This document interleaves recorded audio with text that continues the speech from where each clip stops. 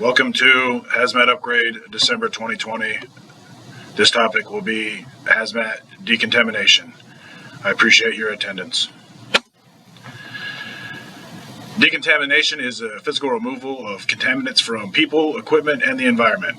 This is something that engine companies and ladder companies can be called upon to do in a hazmat scene, as it only takes one hazmat technician to run the Decon group, and the rest can be ops level responders. We have 4 types of decon levels: emergency decon, technical decon, mass decon, and fine decon. The process of decontamination is going to be chemical specific and call specific. As you can see here, this is a form of emergency decon, which you can simply just use a hose line to spray off a patient. Be aware of any runoff or overspraying to other patients. This is what you're going to be doing most of, which would be in the technical decon line. You will be assisting in cleaning off hazmat technicians as they move from the hot zone through the warm zone into the cold zone. These are some of the resources we have here at the GFD. These Zoom row tents can be set up to do multiple different decon scenarios. We can use these to decon patients, do a mass decon, or we can use it to decon technicians. Setting these up, we're going to have prior knowledge of an event because it takes a little bit of time to set up. As you can see here, this time the Zoom row tent's configured to decontaminate patients. We would have ops level responders in there deconning patients, moving them through the boards and sliding them over to EMS. In this configuration, it's set up for mass decon for victims. If we had a lot of victims that needed to be cleaned off in a relatively quick amount of time, we could use this configuration. This is good because, as you can see, we'll also capture all the runoff. There's going to be several variations to the decon process. The basic steps at the beginning, there'll be a tool drop, gross decon, a scrubbing and rinsing station, PPE removal, SCBA removal, clothing removal, body wash and dry off, and medical evaluation.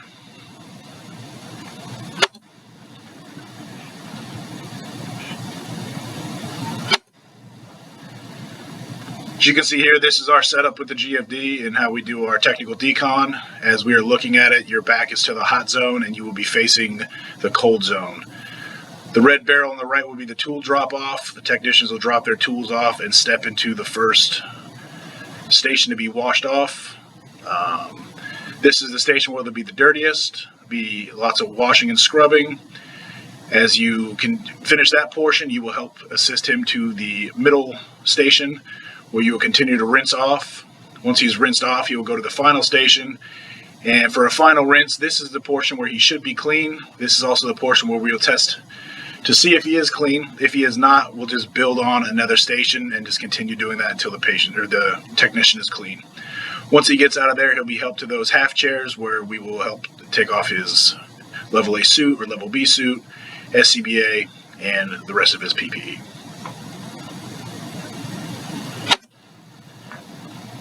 Emergency decon can be established using one engine company. When done correctly, this setup can effectively clean large amounts of civilians in a relatively short amount of time. Some of the considerations with this type of decon would be runoff.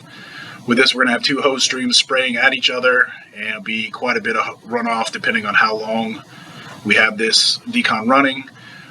If possible, try and set up a catch area for the runoff so we can collect it later after the incident has been stabilized.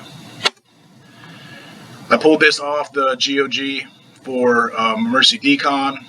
So you have one engine company there in the red, 2 2.5-inch lines coming off with blitz nozzles at 60 psi facing each other. You want to be uphill upwind of this. The victims are going to go through the blitz nozzles, get cleaned off, and then walk down towards the cold zone.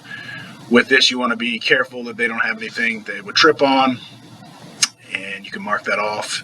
Use bullhorns or yell loud to get them to go in the direction you want them to go. The water pattern should be set at fog with the pump discharge approximately 60 psi.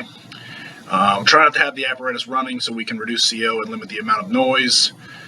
This should promote good and effective communications between us and the victims. We want to locate all our hoses in a manner that allows victims to safely travel through, like I said. Once you're on scene, you can retrieve a second bliss nozzle from another engine company. You set up that second hose line in a matter. What you want is you want these wide fogs smashing into each other, and that's where the patients are going to walk through, is that fog. The mass decon corridor is considered complete when we have 2 opposing bliss nozzles in operation. Consider placing a second new engine on the hydrant to boost the pressure if necessary to help supply the mass decon corridor. Well, that's going to wrap it up for today. I hope you guys enjoyed this. If you have any questions, feel free to give us a call at 1411 or 1421.